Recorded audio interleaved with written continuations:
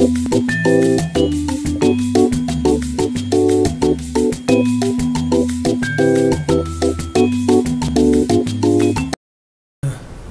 عليكم. من بعد ما شفنا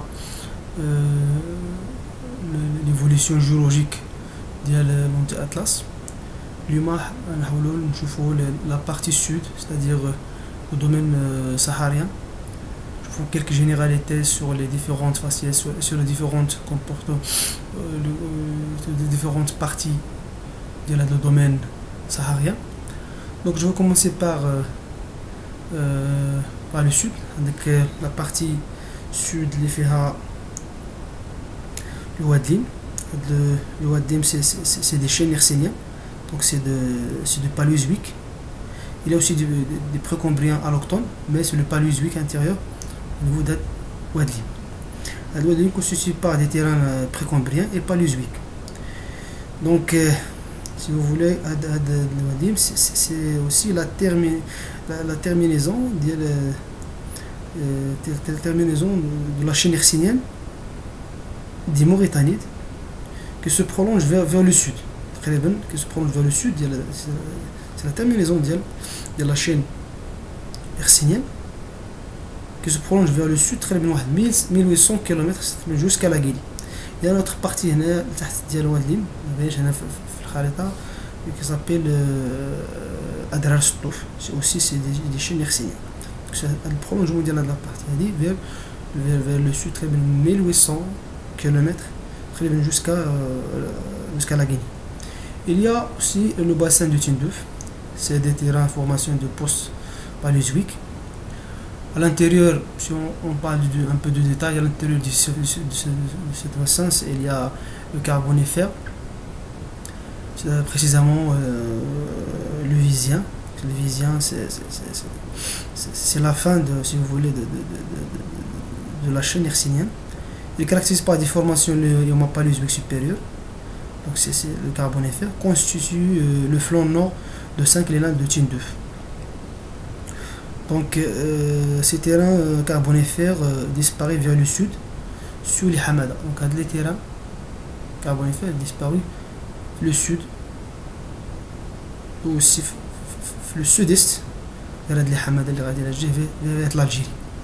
Il y a la partie vers l'est, pardon, vers l'ouest, le bassin côtier. Le bassin côtier comporte des villages de Tarfaya, Boujdour et l'Ayoun, et Boujdour Dakhla. Tarfaya, c'est le bassin côtier ou le bassin de l'Ayoun. Le bassin de l'Ayoun, c'est aussi des formations post-paléozoïques. Donc, si vous voulez, c'est un bassin, des bassins marginaux, de la partie ouest le craton ouest africain. Toujours on parle de post-paléozoïque. Donc on a vu le paléozoïque, le post-paléozoïque. Cette déformation là c'est le paléozoïque, si vous voulez, la partie AD, et qui entoure aussi l'anti-atlas. Voilà les boutons qu'on a vu au niveau de l'anti-atlas. Et il y a donc le troisième composant de domaine saharien, c'est le dorsal de Rguibat, qui est très important. Donc c'est des formations de précambrien, si vous voulez. Second bouclier, environ de 1500 km, c'est-à-dire de longueur. Donc sa forme allongée, il y a probablement en compression hercynienne de la partie le prolongement le dorsal de Rguibat. Si vous voulez, le dorsal de Rguibat, on peut subdiviser en deux zones. Il y a une zone sud-occidentale, il y a de la partie caractérisée par des roches très anciennes, environ de 2,5 milliards d'années, dans laquelle les directions des structures sont nord-sud, à nord, c'est-à-dire nord-sud, à nord-sud, à nord-est, sud-ouest. Nord-sud, nord-est, sud-ouest, les structures. Donc, il y a la partie aussi, la zone orientale. La partie orientale, si vous voulez, c'est plus jaune. en se rencontrant des roches précambriens plus récents, comme par exemple des schistes de Nebra, faiblement métamorphisés, qui est fait de la partie à تقريبا 1800 millions d'années. La partie, donc deux parties dans sa Gorgibas. Il y a la partie اللي هي jaune, il y a de précambrien.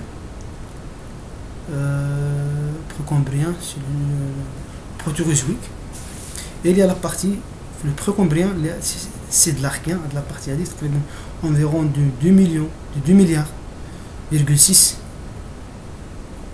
d'années par rapport à la partie il y a plus jeune. Donc merci et on se rencontre Inch'Allah à la prochaine vidéo pour plus de détails. Ça c'est seulement les généralités de domaine saharien. Merci.